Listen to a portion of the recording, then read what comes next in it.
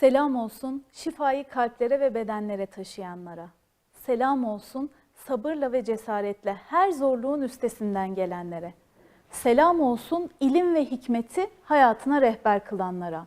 Bugün sizlere Asr-ı Saadet'ten dirayet ve maharet timsali bir kadını anlatacağız. Sufa Mektebi'nin ilk yazı muallimi, ilk kadın hattat ve aynı zamanda asrının ruh doktoru ve hemşirelerinden olan Şifa binti Abdullah'ı.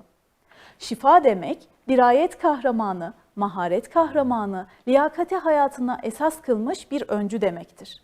Onun adı celadet ve emniyetle anılır. İslam'ın aydınlık çağında bir entelektüel, bir öğretmen, bir lider olarak parlayan yıldızdır. Okuma yazma bilen yalnızca 17 kişiden biri bu yeteneğiyle öne çıkan tek kadın olarak dikkat çekmiştir.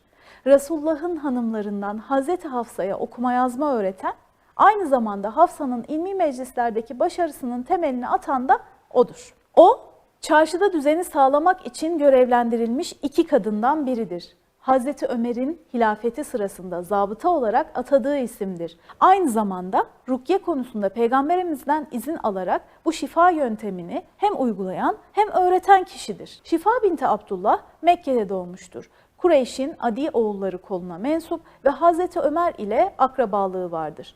Asıl ismi Leyla'dır ama hastaları tedavi konusundaki bilgisi ve insanlara şifa sunma hizmetleri sebebiyle ona Şifa adını vermişlerdir.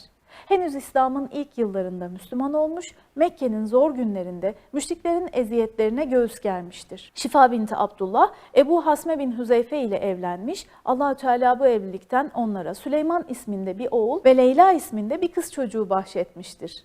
Şifa validemiz kendi kalbindeki iman tohumlarını çocuklarının kalplerine de ekmiş, onları Kur'an yolunda yetiştirmeye gayret etmiştir. Bu gayretin bir neticesi olarak oğlu Süleyman, Hazreti Ömer'in hilafeti döneminde Ramazan ayında cemaatin fazlalaşması ve kadınların imamın sesini duymamaları üzerine Ömer tarafından kadınlara özel olarak imam tayin edilmiş, o da yıllarca bu vazifesini hakkıyla ifa etmiştir.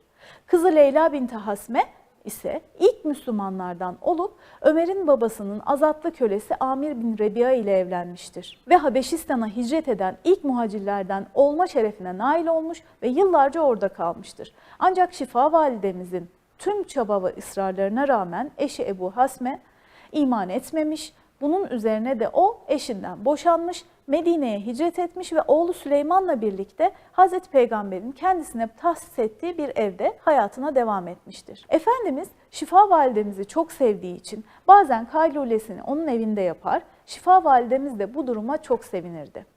Allah Resulü'nün rahat etmesi için elinden geleni yapardı.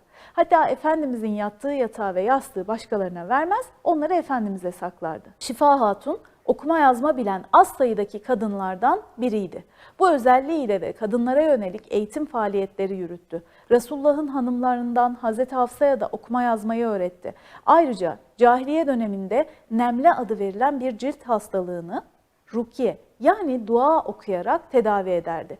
İslam geldikten sonra rukiye yöntemini terk etti ancak hastaların ısrarı üzerine duasını Resulullah'a okudu. Peygamberimiz de rukiyenin şirk içermediği sürece yapılmasında bir sakınca olmadığını belirtti. Ve hatta şifadan bu tedavi yöntemini Hazreti Hafsa'ya da öğretmesini istedi.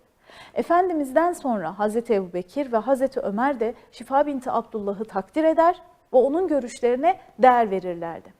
Özellikle Hazreti Ömer Şifa'yı evinde sıkça ziyaret eder ve onunla istişarelerde bulunur ve ona önemli görevler teklif ederdi. Çünkü Şifa'yı sadece bilgi ve hikmetiyle değil, aynı zamanda güçlü duruşu ve cesaretiyle de takdir ediyordu. Çünkü Şifa Ömer gibi bir kadındı. Hiçbir zaman yanlışı ifade etmekten çekinmezdi. Doğru bildiğini savunur, hakkı söylemekten asla geri durmazdı. Bir gün yolda ağır ağır yürüyen ve kısık sesle konuşan bazı insanları görüp bunlar da kim diye sordu. Yanındakiler de bunlar zühd ehli insanlar dediklerinde Şifa hemen itiraz etti. Öyle şey olur mu? Zühd sahibi olmak Ömer gibi olmaktır. Ama o böyle yürümez. O konuştuğunda sesi duyulur, yürüdüğünde ise dimdik yürür diyerek onları uyardı. Ona göre zühd insanın içine kapanıp dünyadan ele tek çekmek değil, hakikati dosdoğru yaşaması ve hakkı savunarak hayatın içinde dimdik durabilmesiydi. İşte Şifa böyle bir kadındı. Yanlış karşısında susmayan, doğruluk ve adalet için sesini yükselten biri. Hazreti Ömer de ona bu yüzden büyük değer verirdi. Onun görüşlerine danışırdı. Hatta Medine pazarında esnafı denetlemek gibi önemli bir görev dahi vermişti. Adaleti gözetme, doğru bildiğini savunma ve yanlışı düzeltme konusunda Hazreti Ömer'le aynı çizgide yürüyordu. Hatta bir gün genç Müslümanlar Hazreti Ömer'e gelerek kadınların mehir miktarlarını sürekli artırdıklarını, bunun evliliği zorlaştırdığını söyleyip bir düzenleme yapılmasını istemişlerdi. Hazreti Ömer bu talebi makul bularak hutbeye çıktı ve konuyu gündeme getirdi. Tam o sırada kalabalığın arasından bir kadın sesi yükseldi. "Ey müminlerin emiri, sen nasıl Allah'ın bize verdiği hakkı bizden esirgersin? Allah Kur'an'da onlara kantar kantar yüklerle mehir verseniz bile geri almayın demiyor mu?" Bu kadın yine şifadan başkası değildi. Ömer bir an durdu, düşündü. Sonra "Kadın doğru söyledi, Ömer hata etti" dedi. Şifanın hayatından tecelli eden isim hangisidir diye düşündüğümüzde elbette Allah'ın Şafii ismi aklımıza gelir. Çünkü şifa vermek, iyileştirmek, insanların bedenlerine ve ruhlarına huzur kazandırmak bu ismin anlamıyla özdeştir. Ancak aynı zamanda Allah'ın Adl ismi de burada kendini gösterir. Çünkü şifa sadece bedenlere değil, topluma da şifa veren bir kadın olarak adaletin savunucusuydu. Şafi ismi Allah'ın şifa veren, hastalıkları iyileştiren, insanların sağlıklarını geri kazandıran ismi olarak kabul edilir. Allah kullarını her türlü hastalıktan, sıkıntıdan ve dertten şifa vererek kurtarandır. Bu isim hem fiziksel hem de ruhsal iyileşmeyi ifade eder. Adl ise Allah'ın adaletini ifade eder. Adalet her şeyin yerli yerinde olması, herkesin hakkının teslim edilmesi ve zulmün engellenmesidir. Allah adaletli bir şekilde hükmeder ve her yaratılanın hakkını en doğru şekilde verir. Allah adaletli bir şekilde hükmeder ve her yaratılanın hakkını en doğru şekilde verir. Şifa binti Abdullah'ın hayatında Şafi ve Adl isimlerinin tecellileri birbirini tamamlıyor aslında. Şifa sadece bedensel hastalıkları iyileştiren bir kadın değil, aynı zamanda adaleti savunarak toplumsal şifa da sağlamıştır. Yanlışı gördüğünde susmamış, doğru bildiğini söylemekten çekinmemiştir.